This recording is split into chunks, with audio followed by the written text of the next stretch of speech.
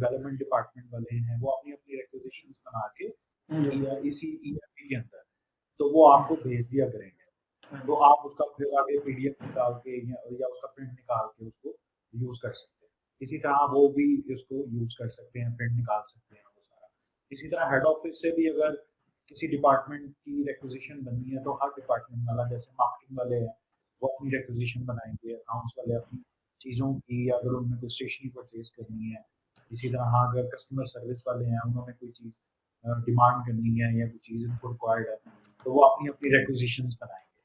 तो वकार साहब एक दफ़ा इनको समझ लें कि रिक्वेजिशन बनाने का पूरा प्रोसेस समझा दें। ठीक है, अपने जो डिपार्टमेंट वाला हर कोई होगा तो अपना डिपार्टमेंट यहाँ पे सिलेक्ट करेंगे आप, ठीक है, और यहाँ से आइटम सेलेक्ट कर लेंगे। आइटम्स ऑलरेडी ओपन होंगी सिस्टम में, जो सारी लिस्ट होगी एक दफ़ा आपकी बना के वो सिस्टम में अपलोड कर देंगे। अगर कोई न्यू आइटम है तो पहले उसको क्रिएट करना पड़ेगा यहाँ पे आइटम पे जाके, जी मटेरियल क्रिएट करना पड़ेगा। हाँ जी, तो यहाँ पर वो आइटम आप सेलेक्ट करेंगे, उसकी क्वांटिटी लिखेंगे और यहाँ पे मेमो में लिख देंगे these पाइप रिक्वायर्ड फॉर, जो जिसके लिए भी चाहिए आप उसका आगे मेमो या नरेशन लिख सकते हैं, ठीक है। लेट्स सपोज डेवलपमेंट के लिए सेवरेज पाइप वगैरह है, कुछ इस तरह की चीज़ है। हाँ, डेवलपमेंट के लिए चाहिए, इसको आप सेव करवा देंगे। सेवरेज लाइन हमने डाल, हाँ जी, इसको सेव करवा देंगे, ठीक है। तो ये आपकी एक रिक्वायर्ड रिक्वेजिशन जनरेट हो जाएगा। जी जी, इसका फिर आप प्रिंट आउट लेके इसको कर सकते हैं आगे, इसका प्रिंट आउट ले सकते हैं।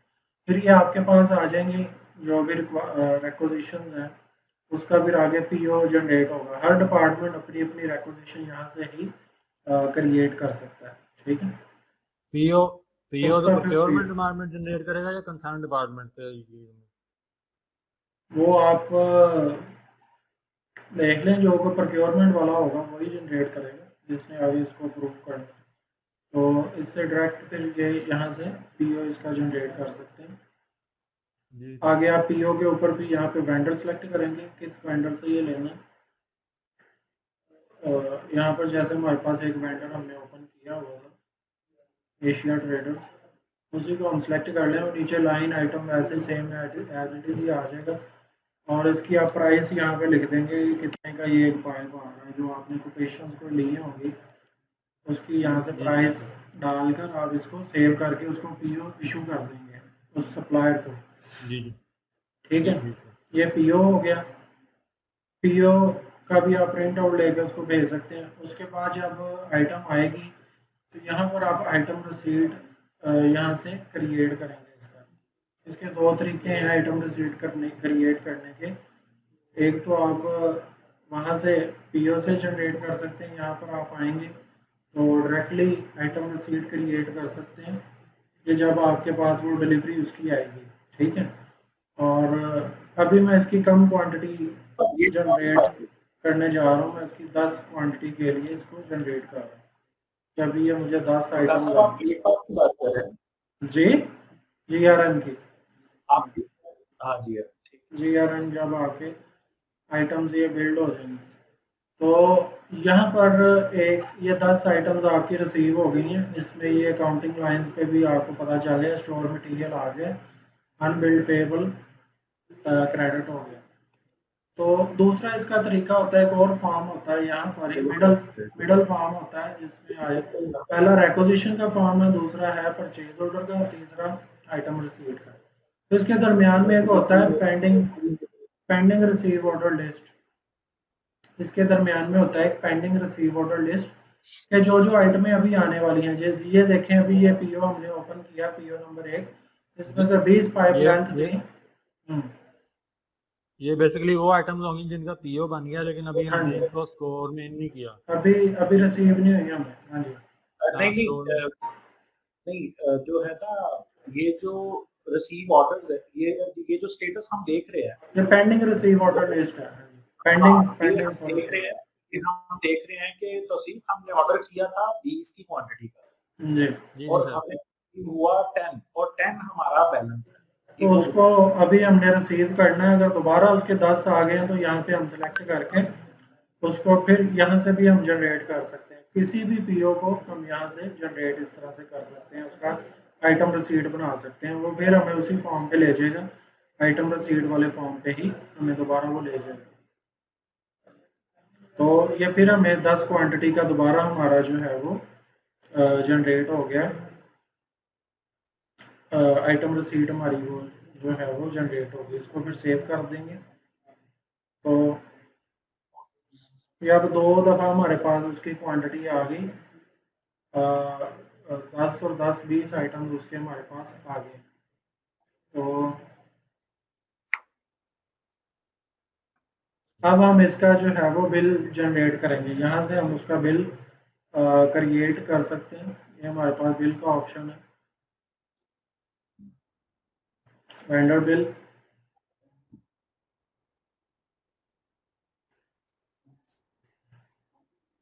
ये हमने अब 10 क्वांटिटी जो हमने रिसीव की है उसका ये वेंडर बिल जनरेट कर लिया। अब इसका ये 1500 की इनवाइस बन रही है, यानी कि परचेज इनवाइस है कह लेंगे ये, ठीक है, परचेज इनवाइस बन गई। आइटम रिसीट पे हमें उसके एंट्री होती है कि स्टोर रॉ मटेरियल डेबिट और unbilled payable credit. Unbilled payable एक मिडल अकाउंट होता है, वो यहाँ पर आकर डेबिट हो जाता है, जब बिल बनता है अकाउंट पेएबल क्रेडिट हो जाता है, यानी कि आपके ऑर्डिनरी जीरो ही पेएबल, होता है हाँ जी, वो जीरो हो जाएगा। पेएबल आपके यहाँ पर स्टैंड हो रहे होते हैं बिल के ऊपर, ठीक है। जी। यानी जब तक बिल नहीं आता आपके पेएबल स्टैंड नहीं होंगे। तो ये अब बिल बन गया उसके 1500 का, हमारे पास ये चीज़ें आ गई। अब इसको पेमेंट करनी है, तो ये हमारे पास फाइनेंशियल मॉड्यूल में आकर एक है पे बिल्स का, पे बिल्स का ऑप्शन है, वहाँ पर हम जाते हैं। यहाँ से भी कर सकते हैं, और अगर यहाँ से हमने पेमेंट से करना है, वेंडर पेमेंट से, तो इनवाइस वाइज अगर हमने पेमेंट करनी है तो यहाँ से पे बिल से आकर फाइनेंशियल मॉड्यूल में हम अकाउंट सेलेक्ट करेंगे, किससे हम पेमेंट कर रहे हैं, ठीक है, कैश इन हैंड से कर रहे हैं। वेंडर सेलेक्ट करेंगे, जैसे एशिया ट्रेडर्स है, उसकी जो इनवाइस होगी हमारे पास, वो जो ओपन इनवाइसेस हैं उसकी वो हमारे पास आ जाएंगी। ये जैसे वेंडर बिल 1 है, BB1 जो अभी हमने क्रिएट किया, इसको हम सेलेक्ट करेंगे और इसकी अप्लाई अमाउंट हम यहाँ पर लिख दें, कितनी पेमेंट हम उसको करने जा रहे हैं। तो 1500 ही कर रहे हैं हम, तो इसको यहाँ से हम सेलेक्ट करके सेव कर देंगे। 1500 की यहाँ से उसको पेमेंट हो जाएगी, इसका वाउचर यहाँ से ऑटोमेटिकली क्रिएट हो जाएगा। ठीक है, तो एक सेकंड प्लीज होल्ड कीजिएगा जी। अच्छा, मैं आपसे पूछना चाहता हूँ कि अगर इस अभी तक के पूरे प्रोसेस में तो सिर्फ आप भी और यहाँ पे भी जो लोग हैं, अगर अभी तक का कोई प्रोसेस जिसमें परचेज ऑर्डर का आपने बनाना बताया, उसके अंदर फिर बिल बनाना बताया, फिर GRM बनाना बताया, फिर अभी पेमेंट का भी बताया, तो अभी इस पूरे प्रोसेस के अंदर अगर आप लोगों का कोई क्वेश्चन है तो मैं चाह रहा हूँ कि आप पूछ लें। तो सिर्फ आप पहले क्वेश्चन कर लें, अगर इस प्रोसेस में कोई चीज आपका कोई क्वेश्चन है। मेरा सर ये था, इन्वेंटरी जो बिल्ड कर रहे हैं इन्वेंटरी उस वाले से था जी, कि जो मटेरियल नंबर जनरेट हो रहा है वो ऑटो जनरेटर नहीं होना चाहिए कि खुद ब खुद ही सिस्टम ऑटो जनरेट ऑटो भी हो सकता है, अगर आप कहेंगे हम ऑटो रख देंगे, ऑटो जनरेट होता रहेगा। किस चीज की बात मटेरियल मटेरियल सर, जो मटेरियल हम बना रहे हैं ना, मटेरियल की सोच करें क्लासिफिकेशन हो जाए ना कि हमारे मटेरियल क्या किस किस तरह हमने लेके चलने सिस्टम में।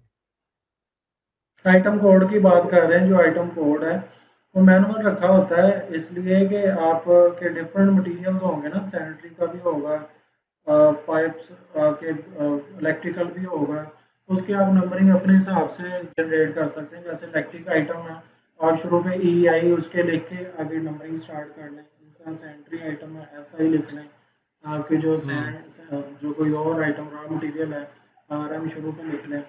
तो इस तरह हमने मैनुअल रखा होता है कि आप अपने हिसाब से उसको जनरेट कर सकते हैं। बाकी अगर ऑटो सही है। कहेंगे तो हम ऑटो भी कर देंगे, हमें कोई नहीं मसला उसमें। ऑटो में ये है कि एक ही नंबर वो चलता रहेगा फिर ऑटो में। सर मैं हाँ आपको एक लिस्ट दे दूंगा जो लास्ट टाइम जी, तो हम आपको प्रॉपर वो लिस्ट दे देंगे हमारी आइटम्स की जो रिक्वायरमेंट्स होती हैं, उसके अकॉर्डिंगली फिर आप उसको डिफाइन डिफाइन करते हैं। वो अपलोड कर देंगे, ठीक है। ये आपका सारा प्रोसेस है प्रोक्योरमेंट का। मैं दोबारा एक बार बता देता हूँ।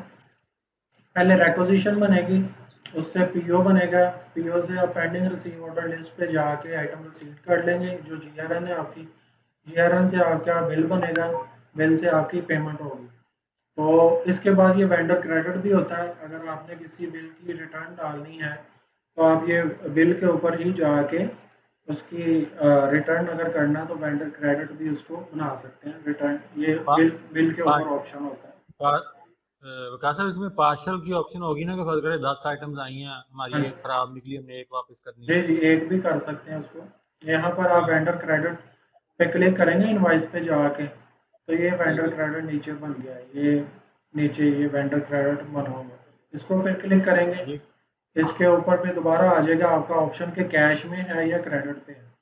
अगर तो कैश पे है तो फिर आप कैश का अकाउंट सेलेक्ट करेंगे, अगर क्रेडिट में है तो फिर आपके उसके लेजर में चला जाएगा। यहाँ पर क्वांटिटी अगर फर्ज करें एक ख़राब थी, आप एक सिलेक्ट कर लेंगे, एक सिलेक्ट करके सेव करवाएंगे तो वो आपका वेंडर क्रेडिट आपका हो जाएगा। रिटर्न में वो आइटम उसको चले इन्वेंट्री में जाएंगे से वो ऑटोमेटिकली निकल जाएगा। जी, ऑटोमेटिकली इन्वेंट्री में से लेस हो जाएगा और आपका वो वेंडर क्रेडिट रिटर्न हो जाएगी आपकी। तो ये अच्छा सिंपल विकास साहब, प्रोसेस है इसका वेंडर यहाँ पे क्रेडिट। हेड ऑफिस की टीम का भी ये एक क्वेश्चन था कि जो वेंडर से चीजें हम लेते हैं अगर उसको जी रिटर्न करना है हमने, जी जी, तो अभी आपने वो रिटर्न का प्रोसेस समझाया, परचेज तो ये रिटर्न। काइंडली एक दफा ना दोबारा रिपीट कर दीजिएगा ये सारा प्रोसेस कि अगर हमने रिटर्न करना है ये तो मैं क्या दोबारा बता प्रोसेस दूँ, ठीक। तो आप उस इनवाइस पे जाएंगे, जौन सी इनवाइस आपने रिटर्न करनी है, इनवाइस के ऊपर जाके उसके ऊपर ही ऑप्शन आ रहा होगा वेंडर रिटर्न का, ठीक है। क्योंकि वो ज़्यादा आइटम्स होती हैं इसलिए इनवाइस के ऊपर ऑप्शन दिया होता है। बाकी मैनुअली भी आप बना सकते हैं अगर मैनुअली बनाना चाहें। उसके लिए ये है कि फिर आपको रेट पता होना चाहिए उसका क्या रेट है। इसमें ये होता है कि अगर आप वेंडर बिल से आ रहे हैं तो फिर रेट ऑटोमेटिकली उधर लगा होता है, ठीक। कुछ ज़्यादा आइटम्स भी होती हैं। तो ये मैंने वेंडर बिल ओपन किया है, इसके ऊपर ये ऑप्शन आ रहा है क्रिएट वेंडर क्रेडिट, ठीक है। वेंडर क्रेडिट मतलब कि परचेज रिटर्न है, उस पर आप जाएंगे, ये वेंडर क्रेडिट क्रिएट कर देगा। ये अभी इसने 2 नंबर वेंडर क्रेडिट 2 क्रिएट कर दिया। अब इस पे जाएंगे आप, इस पे जब आए तो आगे ये 2 ऑप्शन पूछेगा कि कैश पे रिटर्न करना है या क्रेडिट पे करना है। कैश का मतलब है कि आप उसको पैसे वापस कर रहे हैं, ठीक है। और क्रेडिट का मतलब नॉर्मली ये क्रेडिट ही होता है। क्रेडिट का मतलब कि आप उसको उसके लेजर में आप उसका रिटर्न का इफेक्ट डाल रहे हैं, ठीक है। तो ये मैं आप इधर आप नरेशन में लिख दें purchase return 1 pipe to Asia traders, ठीक है। ये 1 पाइप आपने एशिया ट्रेडर्स को रिटर्न कर दिया। अब ये इन्वेंट्री से भी निकल जाएगा आपके, और इसका जो है वो इफेक्ट भी चला जाएगा। वेंडर के अंदर इफेक्ट भी चला जाएगा। हाँ, तो इसका अगर हमने वो देखना है लेजर देखना है तो वो भी हम इसका अभी मैं आपको लेजर भी चेक करवा देता हूँ इसका। ये वेंडर लेजर पे आएंगे,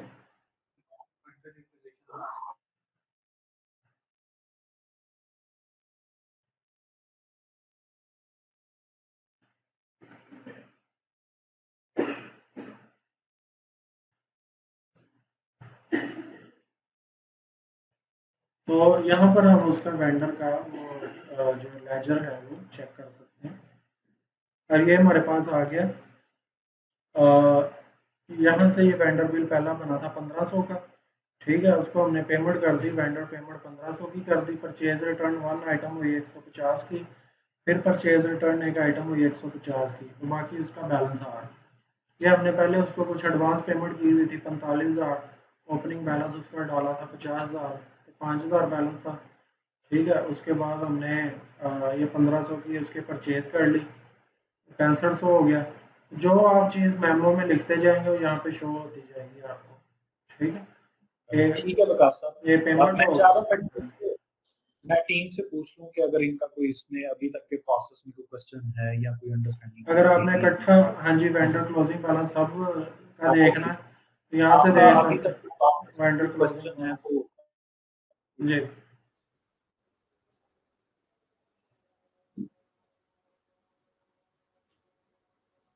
तो सी का आवाज आ रही? जी सर आ रही। मैं कह रहा हूँ अभी तक के जो प्रोसेस हाँ में इसमें सर ये सीख था कि इसमें कोई मतलब रिपोर्ट वगैरह भी हमारी इन्वेंट्री की जो ओपनिंग क्लोजिंग स्टॉक अवेलेबल हमारे पास वो भी कोई बनी हुई है इस तरह की चीज जो हम हाँ जी रिपोर्ट अवेलेबल है। मैं चाह रहा था कि अभी जो ये जो ट्रांजैक्शन हुई है पूरी हाँ जी ये इस पे ठीक है सर ओके।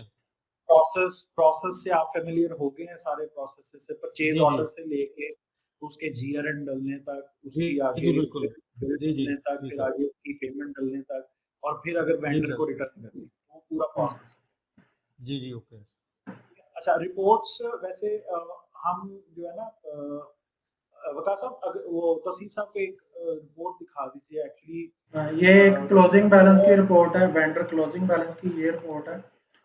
आप यहाँ से ये वेंडर क्लोजिंग बैलेंस की रिपोर्ट ले सकते हैं, ठीक है। ये सारा क्लोजिंग बैलेंस तमाम वेंडर्स का यहाँ पर आ रहा होगा। अगर किसी का कंसोलिडेटेड आएगा यहाँ पे?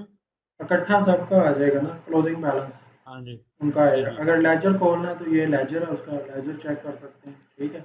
तो इस तरह अगर आपने उनकी विजुअल जो एजिंग रिपोर्ट देखनी है, हाँ जी, तो ये वेंडर एजिंग रिपोर्ट होती है, वेंडर एजिंग समरी भी है कि किस किस वेंडर्स को जी आपने कितने कितने पैसे देने वाले हैं, और यहाँ पर सारी आपकी आ जाएगी। जब डाटा आएगा तो ये रिपोर्ट शो कर देगा। अभी चूँकि इसकी कोई इनवॉइस वगैरह नहीं है तो वो डाटा इसलिए नहीं आ रहा। और जी ठीक बाकी यहाँ पर आपकी क्लोजिंग स्टॉक की रिपोर्ट्स होती हैं। ये क्लोजिंग आपकी क्लोजिंग स्टॉक की रिपोर्ट यहाँ पर सारी आइटम्स की आपकी आती रहेगी यहाँ पर, स्टॉक वगैरह की। तो अभी हम नेक्स्ट प्रोसेस में चलें, सेल्स के ऊपर मैं बता दूं। अभी जी इसमें एक क्वेश्चन है मतलब एड्रेस करना जी जी है। ये जो आप कह रहे हैं वकार साहब आपका नाम? जी जी अच्छा ये आइटम रिटर्न हो रही है, हाँ जी ये अगर सेल टैक्स से रिलेटेड है, ये मैंने इस महीने में खरीदी है, हाँ जी ठीक है, करंट अक्टूबर में, अक्टूबर का सेल टैक्स रिटर्न मैंने फाइल कर दी है कि यार मैंने इतना माल दिया, और जी दिसंबर में जाके फिर मैं उसको रिटर्न कर सकता हूँ, तो वो कैसे सेल टैक्स कैसे एडजस्ट होगा, क्योंकि प्राइस में तो सेल टैक्स भी होगा। वो तो और इनकम आपका टैक्स जो वगैरह हाँ पेमेंट जो आपने की कैश से की है, बैंक से करवा के ना, उसका भी होल्डिंग का भी ट्रांजैक्शन होने थोड़ा क्लियर कर हाँ, विद होल्डिंग का भी इधर ऑप्शन है। विद होल्डिंग आप डिडक्ट कर सकते हैं। कैश से तो नहीं होगा, वो बैंक से होगा। बैंक का चेक नंबर अगर है मैं डालता हूँ, बाद में चेक नंबर चेंज होगा, कैसे होगा चेक नंबर चेंज करना हो, और दूसरा इसका टैक्स का सेल टैक्स का सिनेरियो और इनकम टैक्स का वो भी क्लियर वो तो आपका जो सिनेरियो, आपके जो टैक्स कंसल्टेंट है वो आपको बेहतर तरीके से गाइड कर सकते हैं। हमने जो सॉफ्टवेयर आपको प्रोवाइड किया है पहले उसमें अगर वो रिटर्न होगी टैक्स का तो ऑप्शन वगैरह मौजूद है।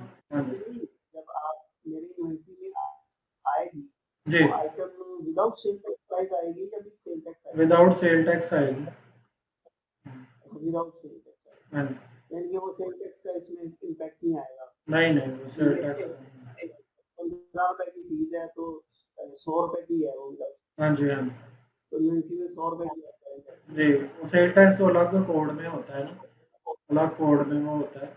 और जब आप इसकी पेमेंट करने जा रहे हैं तो आप इधर होल्डिंग टैक्स इसका जो है वो काट सकते हैं, ठीक है। नहीं नॉर्मली पता क्या होता है, जब आप रिटर्न करते हैं ना हाँ तो जी आपका डेबिट क्रेडिट नोट होता है वेंडर के साथ। हाँ जी जिस महीने में मैं आपको डेबिट क्रेडिट नोट देगा, आप उसी महीने में डेबिट नोट डालेंगे। हाँ दोनों पार्टी के लिए जरूरी होगा कि वो एक ही सेम मंथ यूज करें। हम्म, और ये जो आप कैश पेमेंट हर चीज में कर जा रहे हैं, हमने तो कैश पेमेंट करनी नहीं, हमने तो बैंक के थ्रू पेमेंट करनी है। बैंक के थ्रू भी आप कर सकते हैं, यहाँ पे बैंक का ऑप्शन मौजूद है। वो सिस्टम कैलकुलेट करता होता है वो किस तरीके से करेगा, उसमें सेल टैक्स कैसे लगेगा, फ्रा वगैरह में वहाँ कैसे, उसके टैक्स के आइटम को वो फ्रा टैक्स के फ्रा उसमें का रेट ओपन होते हैं, टैक्स के रेट ओपन होते हैं, ये वो आप उसके ऊपर लगाएंगे ना आइटम के। वेंडर अपना से फ्रा नहीं करता क्या है, उसमें ये होता है कि सेल टैक्स फ्रा होगा, फिर कैसे सिनेरियो होगा। जरा करीब बैंक के थ्रू करके, करेंगे तो हमें थोड़ा क्लियर होगा। जरा माइक करीब करके आप बात करें, बहुत आवाज कम आ रही है आपकी। हमारे मैं कह रहा हूँ बैंकिंग चैनल की जो ट्रांजैक्शन करके दिखा देंगे ना, हाँ जी तो हमारे टैक्स के मैटर भी उसमें हल हो जाएंगे। कैश का तो सिंपल ही है कि कैश दिया, चीज ले ली, ना कोई टैक्स काटा ना कुछ किया। तो बैंकिंग अगर फिर चेक नंबर मैं गलत लगा देता हूँ या चेक बाद में एक नया बना देता हूँ, चेक नंबर किस तरह चेंज होगा, ये सारी चीजें। चेक नंबर आप यहाँ पे मैनुअली है, मैनुअल चेक नंबर डाल सकते हैं, ठीक है, और उसकी चेक डेट आप डाल सकते हैं। और अगर आप पोस्ट डेटेड चेक देते हैं तो आप इसको कर सकते हो ना लेटर डेट, ठीक है, लेटर डेट पे डाल के इसको छोड़ सकते हैं ओपन। और विद होल्डिंग टैक्स की परसेंटेज ओपन होगी पीछे यहाँ पर आपके टैक्स में, यहाँ पे विद होल्डिंग टैक्स भी ओपन होंगे, आपके जो सेल टैक्स हैं वो भी ओपन होंगे, आपका जो पीआरए टैक्स है वो भी आपका ओपन हो जाएगा। इधर सारे टैक्स आइटम्स आपके टैक्स रेट्स ओपन हो, हाँ जी, खुद ही कैलकुलेट करेगा। तो यहाँ पे जितने परसेंट आपने डिडक्ट करना है वो आप यहाँ से परसेंटेज लगा के डिडक्ट हो जाएगा आपका। और पोस्ट डेटेड जी वो खुद ही शो कर देगा कि इतना पेएबल है, यानी कि हफ्ते बाद मैं रिपोर्ट निकाल लूंगी ये पेएबल है। हाँ जी, हाँ जी, यहाँ पे आप चेक नंबर डाल के ये बैंक में से इसको पेमेंट कर सकते हैं, वो बैंक में से पेमेंट हो जाएगी, ठीक है। बाकी आपके जो टैक्स के कोड्स हैं वो आप यहाँ पर सारे वो ओपन कर सकते हैं, जितने इतने परसेंटेज के होते हैं वो सारे आप 1 बाय 1 डिफाइन कर सकते हैं। वो एक में आपको करके दिखा देता हूँ, बाकी आप ये तुरंत साहब खुद ये ओपन कर सकते हैं यहाँ पर सारे। इसमें ये नेक्सिस होता है पहले कि कंपनी आपकी कौन सी है, ठीक है, किस कंट्री में आपका काम कर रहे हैं, कौन से आप इनके सिटी में काम कर रहे हैं, ठीक है, ये हो जाता है। इसको वन टाइम ही सेटअप करना होता है। फिर टैक्स कंट्रोल अकाउंट्स होते हैं, टैक्स कंट्रोल अकाउंट भी ये चार्ट ऑफ अकाउंट में सारे बने हुए हैं, ठीक है, आपके with holding tax payable, receivable, GST on sale, GST on purchase, और एडवांस टू एम्प्लॉयज़ का है। इधर ही आप पीआरए टैक्स का जो अकाउंट है वो भी बना सकते हैं, ठीक है। उसके बाद आपकी आ जाती हैं टैक्स टाइप्स। टैक्स टाइप में आप एक बनाएंगे जीएसटी और एक विद होल्डिंग टैक्स का बना लेंगे। यहाँ पर क्रिएट करेंगे हम, तो ये बनाएंगे जीएसटी, इधर भी लिख देंगे जीएसटी।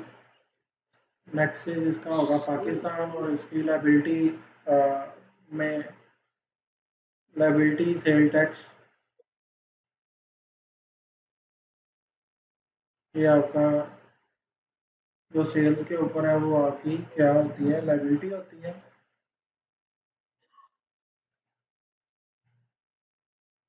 ये आपने उसके अकॉर्डिंगली करना होता है कि जो सेल्स के ऊपर है आपका या परचेज के ऊपर जो टैक्स होता है वो आपका जीएसटी जो परचेज है ना वो डिफरेंट रेट पे होती है, हर चीज का परचेज का सेल टैक्स रेट सेम नहीं होता। आपका एक ही कोड खुलेगा या नहीं नहीं, वो अलग अलग खुलेंगे, आगे जाके आपके अलग अलग खुलेंगे। हाँ जी, यहाँ पर आपका हाँ जी जीएसटी ऑन सेल और परचेज आ गया। इस तरह आपका विद होल्डिंग टैक्स का भी यहाँ पर आ जाएगा, विद होल्डिंग टैक्स। उसके लिए भी ये पाकिस्तान आ जाएगा, और सेल्स के ऊपर जो विद होल्डिंग टैक्स होगा वो आपने परचेज के ऊपर आपने काटना है, तो आपकी वो लायबिलिटी होगी। परचेज के ऊपर विद होल्डिंग टैक्स पेएबल आ जाएगा और सेल के ऊपर रिसीवेबल आ जाएगा। या आप इसको अपने अकॉर्डिंगली वो सेट भी कर सकते हैं, ठीक है, एज पर रूल जो भी होता है इसको आप सेट कर सकते हैं। अगर ये मैंने गलत भी सिलेक्ट कर लिया है, वैसे तो मैंने अपने हिसाब से ठीक ही सिलेक्ट किया है, लेकिन एज पर आपका जो टैक्स के रूल होते हैं उसके मुताबिक आप इसको सेट चेंज भी कर सकते हैं। अब आगे इसकी परसेंटेजेस आ जाती हैं कि आपके कितने परसेंट है। जैसे जीएसटी है 18% अभी अगर चल रहा है, 18% यहाँ पे आपने 18 लिखना है। और टैक्स टाइप जो हमने पीछे ओपन की जीएसटी है, ठीक है, अवेलेबल ऑन बोथ है परचेज ट्रांजैक्शन सेल्स पे। और टैक्स कंट्री पाकिस्तान है, टैक्स स्टेट आपकी पंजाब है, उसकी सिटी कौन सी है वो आप सारा यहाँ पर लिख के तो इसको ओपन कर सकते हैं। इसी तरह आप जो है वो विद होल्डिंग टैक्स भी ओपन कर सकते हैं। वो कितना 3.5% है या जितने भी परसेंट है वो आप यहाँ पर रेट डिफाइन कर सकते हैं, ठीक है। With holding tax, tax agency भी यहाँ पे सिलेक्ट कर सकते हैं, बहुत ट्रांजेक्शन के ऊपर है। पाकिस्तान में है टैक्स स्टेट उसकी पंजाब और सिटी लाहौर। इस तरह से आप मल्टीपल परसेंटेजेस यहाँ पर ऐड ऑन कर सकते हैं। अगर सर्विसेज के ऊपर टैक्स है या जितना भी, इस तरह आपकी वो टैक्स की जो है वो बनती रहेंगी, आपकी वो टैक्स आइटम्स बनते रहेंगे। तो जब आप परचेज करेंगे, परचेज के ऊपर फिर आपका वो टैक्स उसके ऊपर अप्लाई होगा वेंडर बिल के ऊपर। और जो कि होल्डिंग टैक्स होता है वो आप जब पेमेंट करने लगेंगे तो तब आपकी वो परसेंटेज आप वहाँ पर लगा सकते हैं। अच्छा, इसमें कोई वेंडर मास्टर रहता है या कोई कस्टमर मास्टर डेटा भी होता है? जैसे वेंडर को होते हैं हाँ इनके सारे फोन नंबर, एड्रेस, ये वो सब। जी होता है। ये जीएसटी वो अब सारा आ रहा है, जीएसटी 18% आ रहा है, तो इसके ऊपर ये ऐड हो जाएगा। 18% ऐड हो गया, उसकी ये इनवॉइस बन जाएगी। ठीक है, तो इस तरह से आप इसके ऊपर टैक्स लगा सकते हैं। इसके मास्टर फार्म होते हैं, ये आप इकट्ठे वेंडर अपलोड भी कर सकते हैं इसमें, और वन बाय वन अगर आपने ओपन करना है तो वन बाय वन भी आप इसको ओपन कर सकते हैं वेंडर्स। तो यहाँ पर ये वेंडर का डिटेल फॉर्म होता है। वेंडर क्या क्या इन्फॉर्मेशन डाल सकते वेंडर में उसकी तमाम इंफॉर्मेशन होती है। वेंडर का उसका नाम होता है, उसका एड्रेस आ जाता है, फ़ोन नंबर, ईमेल, उसकी बाकी जो STN NTN नंबर उसका, उसकी बैंक अकाउंट की इंफॉर्मेशन, ये सारी चीज़ें आप डाल सकते हैं। यहाँ पे उसका नाम आ जाता है कि ये वेंडर आपकी कंपनी है या पर्सन है। ठीक है, उसके बाद उसका सिटी, ईमेल, एरिया, एड्रेस, सारी चीज़ें आ जाती हैं। और यहाँ पे उसके कॉन्टैक्ट पर्सन, जो उसका प्राइमरी कॉन्टैक्ट पर्सन है वो आ जाएगा। फिर यहाँ पर आप उसका GST number, NTN number, credit limit डाल सकते हैं, और पेमेंट टर्म्स उसकी सिलेक्ट कर सकते हैं क्या है। अदर्स में उसकी मज़ीद कोई डिस्क्रिप्शन डालनी है, ठीक है, अटैचमेंट लगानी है, वो आप लगा सकते हैं। तो ये सारा डिटेल वेंडर का फॉर्म है, इसको आप फिल आउट कर सकते हैं। हैं? कस्टमर का भी दिखा देता हूँ। कस्टमर का भी होता है ऐसे ही, ये कस्टमर का फॉर्म है, उसमें भी सेम चीज़ें होती हैं। सारी चीज़ें आपकी आ जाती हैं कस्टमर के फॉर्म पे भी। उसका नाम, उसका सिटी, ईमेल, एरिया, एड्रेस, उसके कॉन्टैक्ट नॉमिनीज, उसका रजिस्ट्रेशन नंबर, यहाँ पे आ गया कस्टमर नाम, उसका एड्रेस वगैरह, ईमेल, सारी चीज़ें, उसका रजिस्ट्रेशन नंबर, उसका फर्स्ट नेम, CNIC, ठीक है, उसके साथ पेमेंट टर्म्स, उसका फुल नेम के बाद एड्रेस वगैरह, और यहाँ पे कॉन्टैक्ट पर्सन, उसके जो नॉमिनीज हैं वो आप डाल सकते हैं। ठीक है, फिर फाइनेंशियल इंफॉर्मेशन में उसका भी GST number, NTN number, credit limit, उसका अकाउंट नंबर, और अदर्स में उसके मज़ीद कोई आपने डालनी है चीज़, अटैचमेंट में उसकी पिक्चर वगैरह अगर अपलोड करनी है तो वो आप अपलोड कर सकते तस्वीरें वगैरह भी चाहिए होती है कस्टमर। हैं। ये सारी चीज़ें आप यहाँ पर डाल सकते हैं। अब ये इस तरह से कस्टमर क्रिएट होगा। इसकी सेल इनवाइस अगर बनानी है तो इसका मैं बता दूँ, या कोई और चीज़ आपने डिस्कस करनी है, मैं बता दूँ। हाँ, सेल इनवॉइस कैसे बनेगी कस्टमर की? वो परचेज की तो हमने एंट्री बिल मिल गया, डाल दी। सेल अब कैसे? ठीक है, सेल्स में सेल ऑर्डर से स्टार्ट होता है, कोटेशन भी होती है। कोटेशन अगर आपने देनी है किसी को वो दे सकते हैं, उसके बाद आप सेल ऑर्डर बना सकते हैं।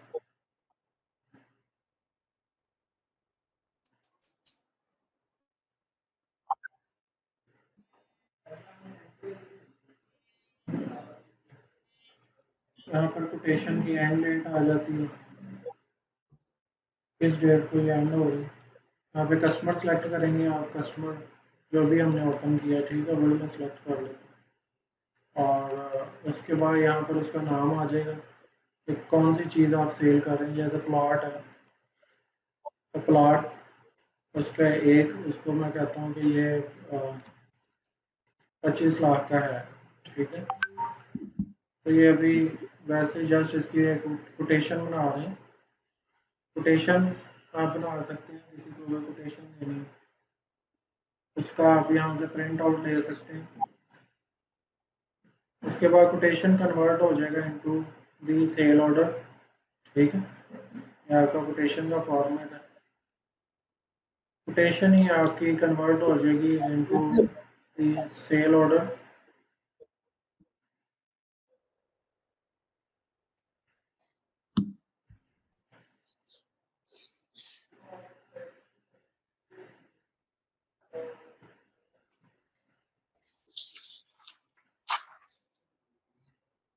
हमारी रिक्वायरमेंट के लिए कोटेशन या सेल ऑर्डर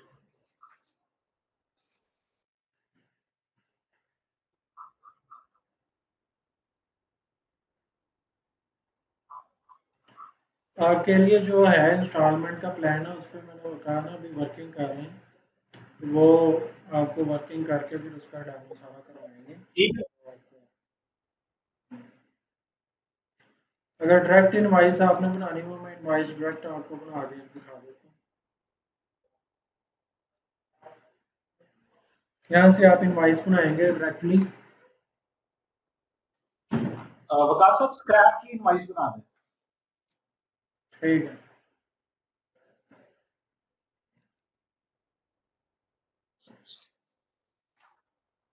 ये यहाँ पर कस्टमर सेलेक्ट कर लिया, यहाँ पर आप आइटम सेलेक्ट करेंगे जो भी है। अब यही समझ लेंगे ये पाइप ही आपने कुछ आपके स्क्रैप हैं वो सेल करने हैं, तो आप वो क्वांटिटी डालेंगे और उसकी प्राइस डाल देंगे, ठीक है।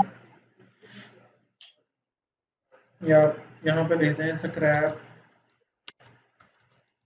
आइटम सोल्ड, तो सेव कर दें। ये आपकी इनवाइस बन जाएगी, आइटम आपका निकल जाएगा और अकाउंट रिसीवेबल स्टैंड हो जाएगा। अकाउंट रिसीवेबल जी, ये आपकी सेल इनवाइस आ गई, ठीक है। अब यहाँ से आप उसकी पेमेंट रिसीव करेंगे, एक्सेप्ट पेमेंट पे जाके एक्सेप्ट पेमेंट पे आएंगे। उसी तरह का फॉर्मेट है जैसे मेक पेमेंट का था। यहाँ पर आप अकाउंट सेलेक्ट कर लेंगे कि बैंक में आई है पेमेंट, तो बैंक आप सेलेक्ट कर लें कि ये निज़ाम बैंक में आई है, ठीक है। इसका चेक नंबर है या जो भी उसका रेफरेंस नंबर है वो यहाँ पर आप डाल सकते हैं, उसकी चेक की डेट डाल सकते हैं। और यहाँ पे इनवाइस सेलेक्ट की हुई है। आफ्टर जो है विद होल्डिंग टैक्स वो ये आ रहा है। अगर विद होल्डिंग टैक्स काटना है तो यहाँ पर आप उसकी परसेंटेज वगैरह वो आप सेलेक्ट कर सकते हैं। ये आप इसको सेव कर देंगे, ये आपकी पेमेंट जो है आपकी डेबिट हो जाएगी और जो अकाउंट रिसीवेबल था वो आपका क्रेडिट हो जाएगा। ये आपकी पेमेंट रिसीव होगी, उसका ये वाउचर का प्रिंट आप यहाँ से ले सकते हैं। Amazon bank debit, account receivable credit हो गया।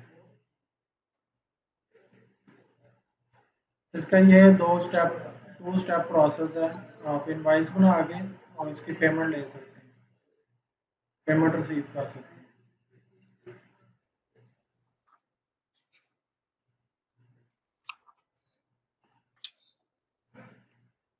और कोई क्वेश्चन आपका इसके रिलेटेड है तो आप बताएं।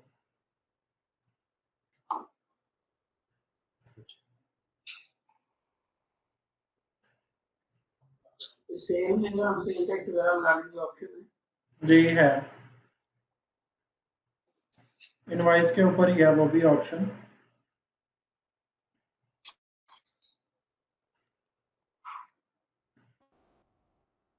इनवाइस पे ही आप आगे परसेंटेज उसकी सिलेक्ट कर सकते हैं सेल टैक्स की।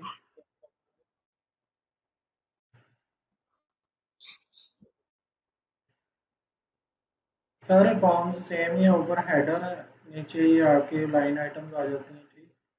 यहाँ पर ये टैक्स कोड शामिल है, तो यहाँ पर ये जीएसटी 18% में लगाता हूँ तो उसके ऊपर वो 18% टैक्स भी ऐड हो जाएगा।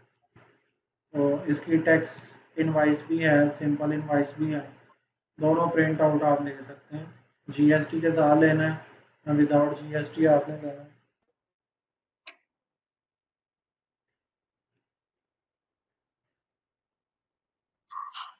यहाँ पे ये सेल टैक्स इनवाइस आ जाएगी, ठीक है। उसका टोटल क्वांटिटी है, यूनिट प्राइस है, वैल्यू एक्सक्लूडिंग सेल टैक्स है, सेल टैक्स परसेंटेज है, उसकी अमाउंट है, वैल्यू इंक्लूडिंग सेल टैक्स है। तो ये सेल टैक्स इनवॉइस होना खुद से तो नहीं बनानी पड़ेगी जी ना, हमें खुद तो नहीं बनानी पड़ेगी। वो आपकी रिक्वायरमेंट अगर फुलफिल हो रही है तो ये वाली आप चला सकते हैं, उससे आप नाम बनाएं।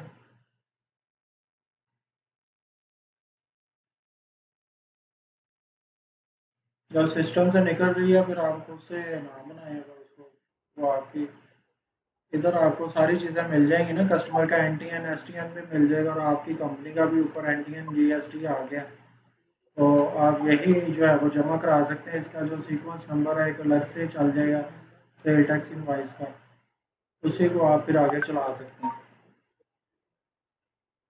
उसका फिर जो सीक्वेंस नंबर है वो डिपार्टमेंट वाइज हो जाएगा। डिपार्टमेंट आप जब एक सिलेक्ट कर लेंगे, या इधर क्लास पे हम ऑप्शन दे सकते हैं, इसको सेल टैक्स रखना है आपको, सेल टैक्स की अलग से वो नंबरिंग उसकी स्टार्ट हो जाएगी। ठीक हो गया, वो सीक्वेंस बन जाएगा। हाँ जी।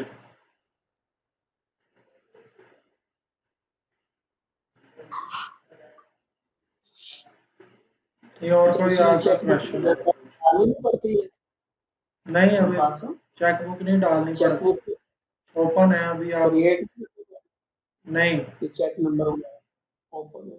हाँ जी, ओपन आप मैनुअली उसमें ऐड ऑन कर सकते हैं। और दूसरा इसमें चेक बुक क्रिएट होती है हमारी।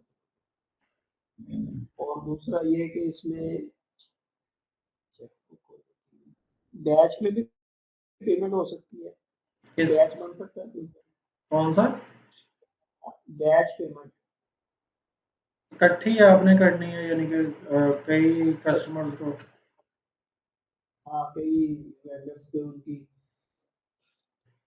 वो आपके पेमेंट वाउचर से डाल सकते हैं, मेक पेमेंट। आप नीचे वेंडर सेलेक्ट करते जाएं, उनको पेमेंट उसका सेलेक्ट करते जाएं, इकट्ठी आप पेमेंट भी डाल सकते हैं। 10 इनवॉइसें इसकी मैं कहता हूँ इसमें से 7 पे कर दूं एक ही चेक के थ्रू। हाँ जी, फिर वो आप इनवाइस वाइज अगर करनी है, मल्टीपल इनवाइसेस की भी आप कर सकते हैं पेमेंट। उधर से आप पे बिल से जाके पे बिल से मल्टीपल इनवाइसेस सेलेक्ट करके उनकी इकट्ठी पेमेंट भी आप कर सकते हैं। अच्छा, इसमें कोई चेक भी हो तो मैं बैंक का एक चेक नंबर लगा रहा हूँ, अगली दफा फिर वही लगा सकता हूँ कि नहीं?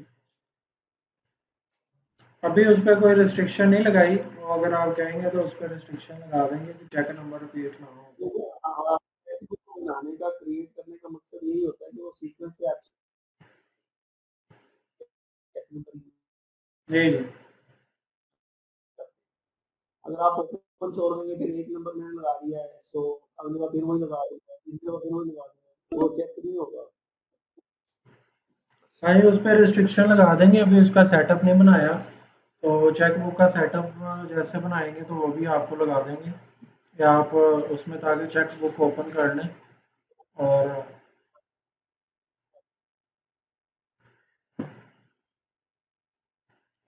उससे फिर एक सीरियल वाइज आप चेक सेलेक्ट करते जाएं, उसकी पेमेंट आगे करते जाएं।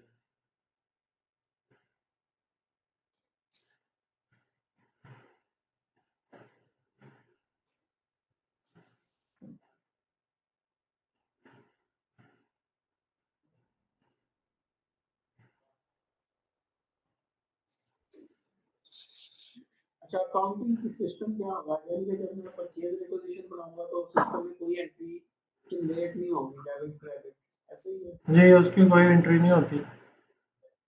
परचेज ऑर्डर पे एंट्री होगी या उस पे नहीं होगी? जी जी, उस पर परचेज ऑर्डर पे भी नहीं होगी, आइटम रसीट पे होगी, पहली जो अकाउंटिंग ट्रांजैक्शन है वो आइटम रसीट अच्छा, के उस ऊपर होगी। पे क्या एंट्री करेगा सिस्टम? जी, क्या एंट्री करेगा सिस्टम? वो मैंने आगे दिखाई है आपको, रॉ मटेरियल आपका डेबिट हो जाएगा और उसके जो है वो अनबिल्ड पेएबल क्रेडिट हो जाएगा। अनबिल्ड पेएबल और मिडल अकाउंट है, जब आप उसके वेंडर बिल बनाएंगे तो वो उसको कर देगा अनबिल्ड पेएबल डेबिट, और अच्छा, जो अकाउंट पेएबल है वो क्रेडिट कर देगा। जब आप उसकी पेमेंट करेंगे तो अकाउंट पेएबल डेबिट, कैश या बैंक क्रेडिट।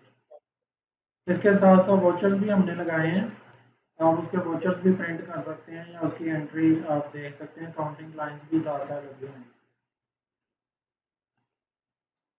ये और इसकी प्रिंटिंग करते हैं ना, साथ साथ ये काउंटिंग लाइंस भी लगी हुई हैं, आप इसके वॉचर के भी प्रिंट ले सकते हैं और उसके काउंटिंग लाइंस जो हैं उसके भी ले सकते हैं, रिपोर्ट दूसरी भी ले सकते हैं।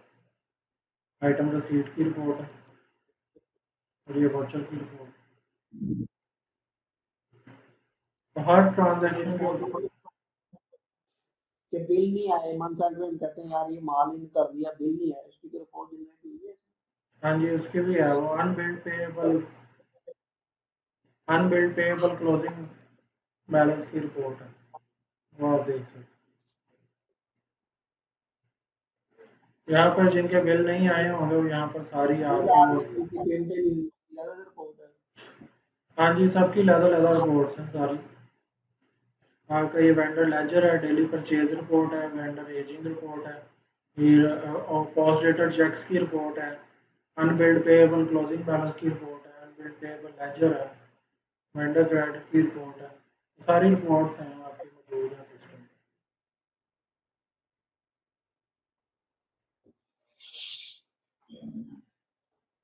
ठीक है, थैंक यू विकास साहब। तो सिर्फ आपका इस पूरे प्रोसेस के अंदर कोई क्वेश्चन है तो पूछते हैं, फिर आगे हम इसको नेक्स्ट प्रोसेस को देखते हैं। जी ठीक है सर, फिलहाल काफ़ी अंडरस्टैंड हो गई, इंशाल्लाह करेंगे तो कोई रियल टाइम में जो क्यूरीज आएंगी फिर इनको थोड़ी तकलीफ दे दिया करेंगे। ठीक ठीक। अच्छा, ये हमारा कंप्लीट हो गया तकरीबन। हमारी प्रोक्योरमेंट को जनरेट करने का, उसकी एंट्री और आगे उसकी पेमेंट का, और हमारी सेल को जनरेट करने का और उसकी रिसीट का। जी। अच्छा, अब हम आ जाते हैं कि हम जो जेवी के थ्रू ट्रांजैक्शन करते हैं। अभी जैसे अगर एक होती है, जैसे हमने सैलरी मंथ एंड पे प्रोसेस करनी है, तो इसके लिए क्या हमें कोई एंट्री करनी पड़ेगी कि एचआर का जब हम सैलरी का प्रोसेस चलाएंगे तो उसकी ऑटो एंट्री जनरेट हो जाएगी?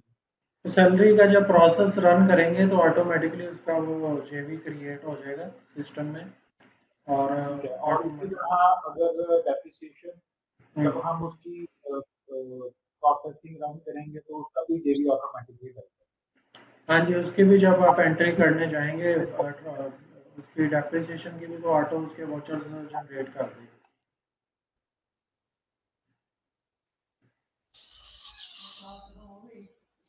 चल रही है। और इसके बाद